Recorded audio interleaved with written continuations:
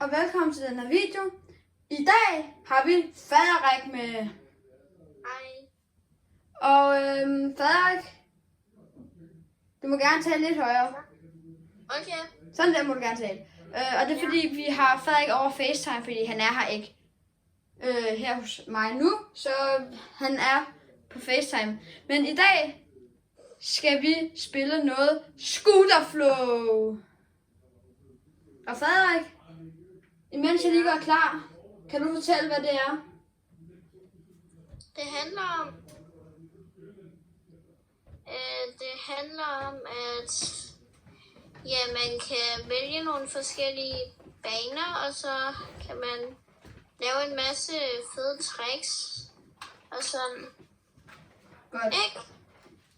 Præcis, og vi har faktisk også vores egen løbehjul, customized løbehjul herinde. Ja. Og hvis vi trykker, hvad for en skal vi skal lige lave vores eget løbehjul først. Hvad for en skal vi lave om? Skal I prøve det der ude til højre side? Det her, Ja. det laver vi om. Ja. Så kan vi komme hen og se, at det her, det er vores løbehjul, Infinity løbehjul, med et godt dæk, nogle gode bars, og nogle gode hjul og alt muligt. Og grip tape er også sej nok. Og nu skal vi i gang med at customize. Og det første vi customiser er dækket. Det kan vi se ude i venstre side her. Der kan vi se, hvordan det ser ud dæk. Men jeg så faktisk noget heroppe, der interesserede mig. Ja. Jeg så den her. Og Er den ikke sej nok? jo. Og det er det her nede, vi kigger på lige nu. Det er dækket. Er det ikke sejt?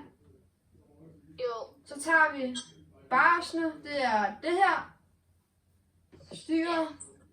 Og der har jeg faktisk faldt jeg over det her. Men jeg ved ikke, hvor godt det ser ud til dækket. Men så er der også det her. Og hvis vi går længere ned, så kommer vi ned til det her for eksempel. Det ser faktisk sindssygt ud. Ja, Og det matcher også med dækket. Ja. Så det tror jeg, det er det vi tager. Ja. Så skal vi have nogle forks. Og det er så dem her, der holder hjulene.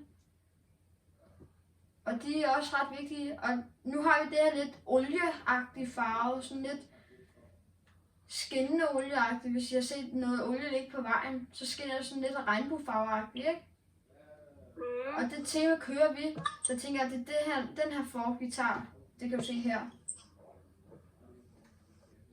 Og nogle clamps. Jeg skulle lige huske, hvad det hedder. Og der er faktisk også dem her. De her clamps. Men det hele bliver lidt mere oliefarvet. Det hele bliver lidt oliefarvet, så måske hvis vi bare skulle tage de her hvide her. Ja. Og så kommer vi til det spændende, hjulene. Der er også nogle af de der slags oliefarvede ting, tror jeg faktisk, der er. Jeg så ret sejligt. Prøv lige at gå op. Du siger bare stop. Stop. Og, ja. Den der regnbuefarvet i midten. Den der, Ja. den er faktisk cool nok. Skal vi tage den? Ja. Okay, og så det bagerste hjul, det er bare det samme, ikke? Ja. Sådan der. Så kommer vi til gripsene. Det er håndtagene her. Og min favorit, det er helt klart enten de her grips, eller de her grips. Hvad for nogle? Altså jeg synes, de her de er bedst. De der andre. De her, Ja. skal vi tage dem? Ja. Okay. Så kommer vi til bar ends. Det er bare de her, de tæller ikke så meget. Man kan også lade dem være, og så er de bare ligesom de her grips. Eller man kan customize dem og sætte nogle andre på. De her for eksempel. Eller det her, eller det her, eller det her, eller det her. Man tænker, at det ser sejst ud sådan her. Så kommer vi til headsettene. Det er meget gemt det lige under den der og under den der. Imellem de to, der sidder den lige der over min finger. Det er det er den, vi skal have. Og bare for at matche ind, så tager vi oliefarven. Og det sidste, piksene. Det er dem her, der gør, så du kan grinde bedre. Og de har ikke den der oliefarve. Jo, det har de. Nå, der er det lille. Og den er også sej. Lille. Skal vi tage det? Ja. Så det her, det er vores... Ikke endnu. Vi skal lige have ændret grip-tapen. Og der er faktisk rigtig meget cool grip-tape. Og heroppe kan man se grip-tapen ovenfra. Den her, den er for eksempel også rigtig nice. Så der er også fra Skater Pro grip tape. For eksempel det her. Det er faktisk også sindssygt cool. Og så har vi faktisk, hvis vi går længere ned, har vi fra The Vault Skate Pro, eller Vault Scooter Pro. Det er faktisk, det har det her, men de har faktisk også deres egen YouTube-kanal, hvor de bygger nogle løbehjul, altså i virkeligheden, og alt muligt, deres eget løbehjul værksted, ligesom det her værksted. Og det må jeg lige sige reklame til The Vault Scooter Pro. Måske sætter jeg et link i beskrivelsen, som der fører jer ind til den kanal, The Vault Scooter Pro. Og hvis jeg ikke gør, så skriver jeg lige titlen, eller skriver jeg navnet i titlen på den her video, så kan I bare gå ind og skrive det. Tjek dem ud, de laver faktisk rigtig gode videoer, og så videre i videoen.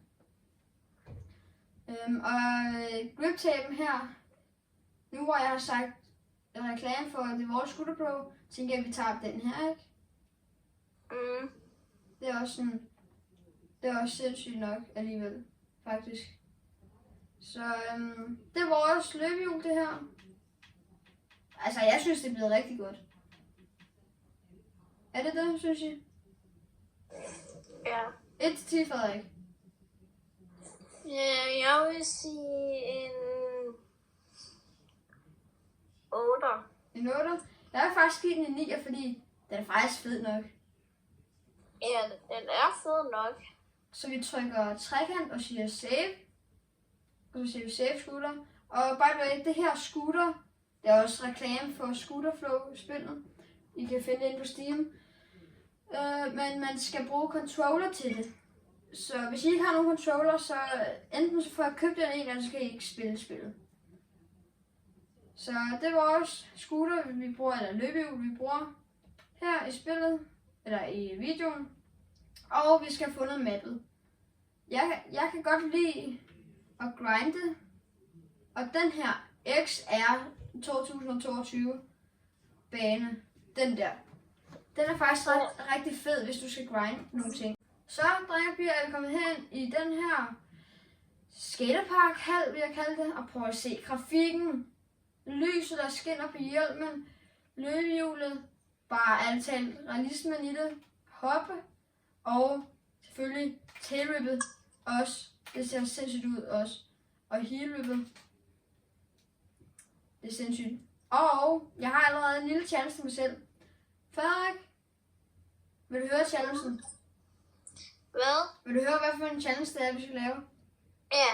Vi grinder først den der, så kommer vi over og grinder den der, og så skal vi grinde den der.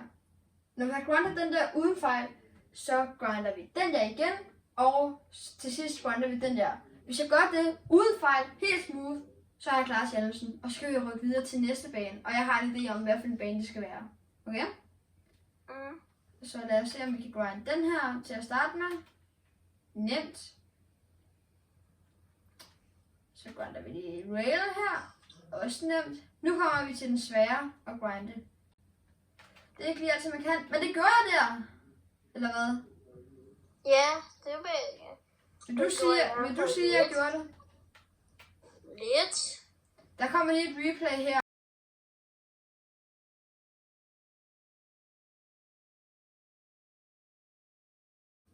Okay, jeg har fået set et replay igennem, og jeg synes ikke helt, det tæller som et grind.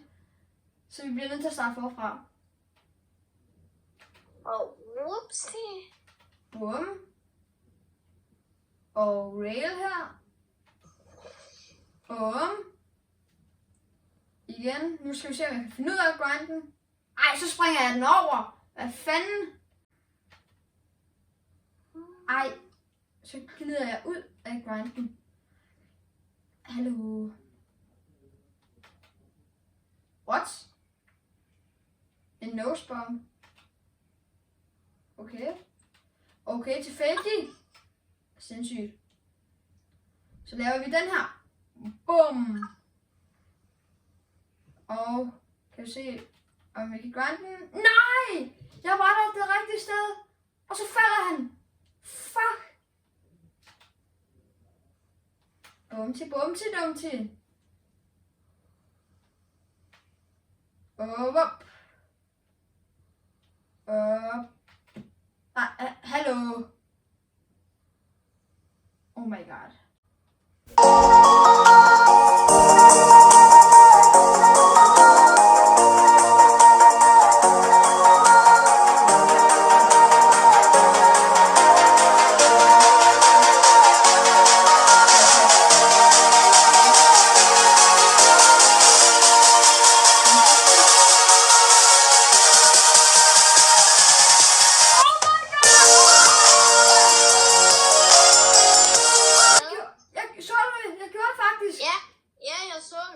Jeg så det. Oh my Jesus Christ. Huh? Drenge og piger. Det er Mega Ramp. Det her er Mega Rampen. Der er tilskuerpladser rundt om rampen. Og vi skal lave nogle tricks. Ja. Fader giver os tricks, som vi skal lave. Ja. Det første trick, hvad er det? Altså, nu har jeg jo set dig spille det lidt før, ikke? Ja. Jeg tænkte på, om du kunne lave 3 backflips ved den sidste rampe. Okay, så 3 backflips. Ved den sidste rampe. Så vi kører her. 1, 2, 3. 3.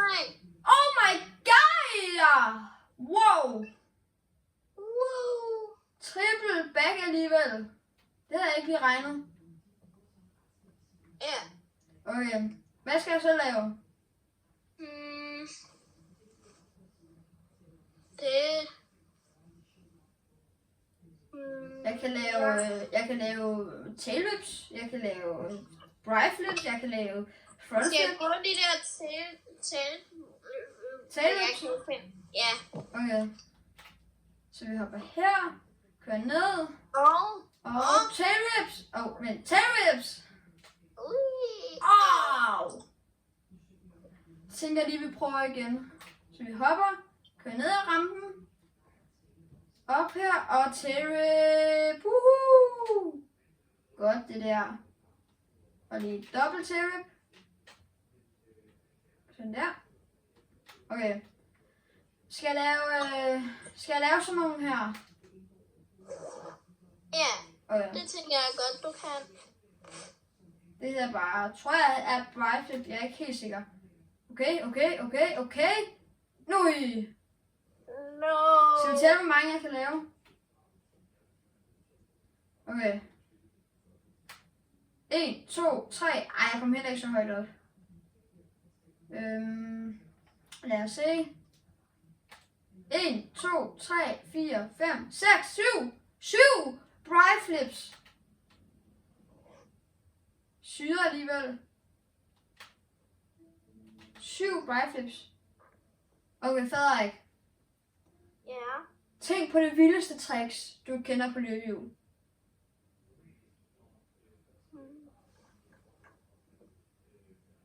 Jeg fik en god idé.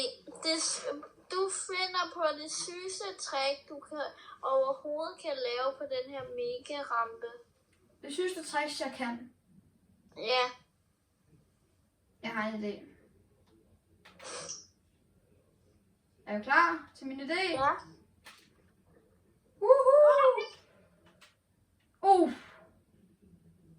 Det var da okay sygt. Ja. Okay. Hvad skal jeg lave? Jeg kan lave heel whip. Eller jeg kan lave finger whip. Altså det her, det er en heel whip. Det er heel whip. Det her, det er finger whip. Skal jeg prøve det der finger whip? Det her? Ja, Okay. 3 af dem. 3 af dem? Mm. Det var ikke finger whip. 2, 3. Det var ikke finger whip. Hvad fanden var det der egentlig? Okay, jeg tænker lige, vi prøver et ordentligt finger whip, ikke? Au! Au. Men du kom ordentligt op, mand. Ja. Et ordentligt finger whip. Det her. Det var ikke et finger... Jeg mener, et ordentligt finger whip. Sådan der. Og 1, 2, 3, 4, 5.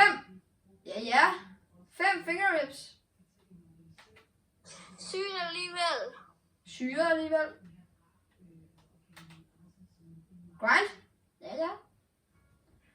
Okay, Så det. skal jeg lave det her? Det er heel whip. Det her, Ja. det her, det er tail, det her, det er tail whip. Det her, det er heel whip. Hallo? Det her, det er heel whip. Skal jeg lave heel whips? Ja. Okay. What? Heel whip incoming! Prøv lige igen. Heel whip incoming. Whoopsie. Hvad fanden sker der? Nå, jeg ved hvorfor. I know it. Det er fordi jeg trykkede forkert. Heel whip incoming. Kom nu, tak. Au. Yes. Prøv bare igen. Heel whip til tail whip. Nå. Men jeg lavede heel whip, som jeg sagde, jeg skulle. Ja. Det. Okay, drenge og piger, så er vi i den her skatepark. Og jeg vil lige advare jer om lags. For det kommer til at lagge. Fordi min computer, den kan altså ikke holde til så meget grafik. Jeg prøver at se det også, ikke? Altså, grafikken. Så lad os se, om vi kan grinde den her for eksempel. Ja. Det går da smooth. Ja. Og så laver vi finger whip. Ja. Og backflip. Nej. Okay, lad os lave en manual på den her nede. Det var ikke en manual, det var næsten et grind. Og der er også balls herovre. Ikke balls, men balls. Til jer, der kører på løbehjul, I ved, hvad jeg mener. Bum!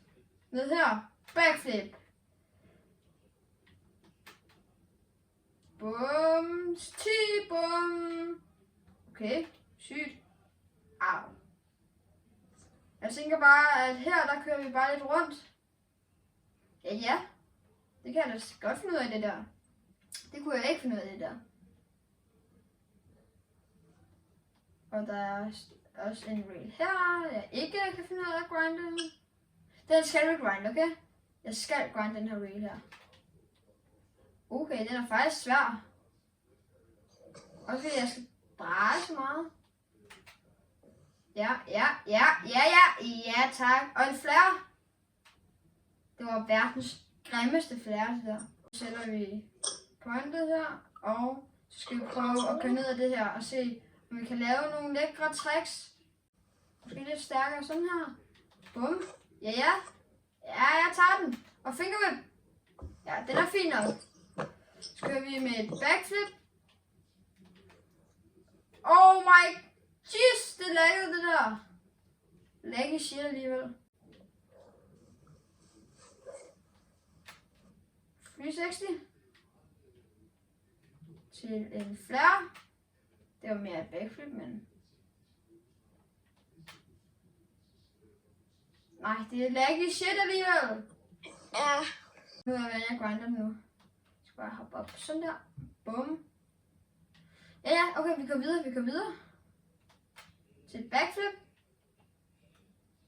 Og til op på den her. Ned her. Der. Ja. Jeg har den. Så kører vi her. Fingerwhip. Vi kører sgu sådan her. Og så laver vi nogle tricks sådan her. first person. Whoop. 180. Ja. Finger whip. Ja. Yes, den er der. Jeg skal bare helt sige det svært, det her. Wow.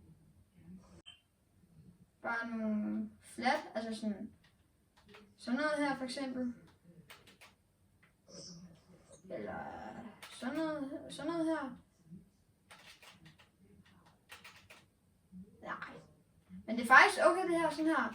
Tail whip til 180 fake til 180.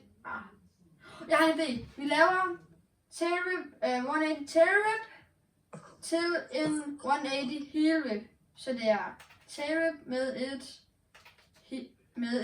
heel whip. Okay? Der og der.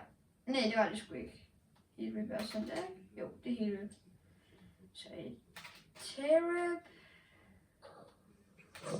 Heel whip. Sygt nok alligevel. Så laver vi en 360. Vi kan lave en Brian, det kunne vi ikke. Vi kan lave en finger whip. Finger whip 180. Nej. Finger whip 180. Nej. Finger whip 180. Nej. Finger whip 180. Nej. Finger whip 180. Ja tak.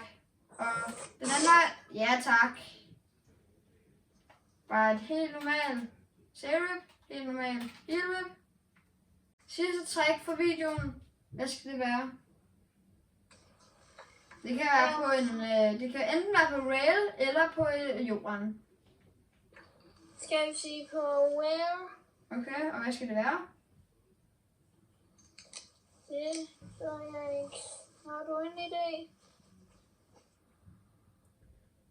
Vi kan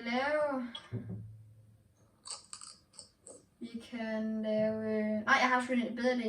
I stedet for det på jorden eller på rail, så giv mig 2 sekunder, så finder jeg et sted, vi lige kan gøre det her, som jeg har en god idé om. Fordi hvis vi kører op af rampen her, og så laver en flare herover til på den anden side, Ja. så kommer det til at se sådan her ud. Sådan der. Det skal være det sidste trick. Men det skal være flare med finger whip. Altså den der flare, som du lige så med det her i. Okay, lad os se. Det sidste trick for i dag. Nej.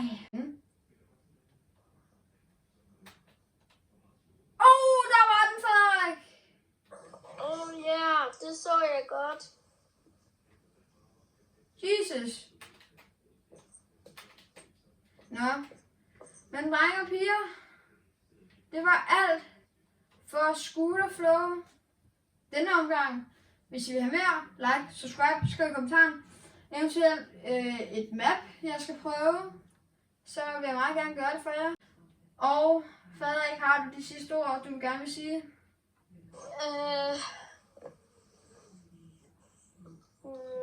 Nej, ikke rigtigt. Okay.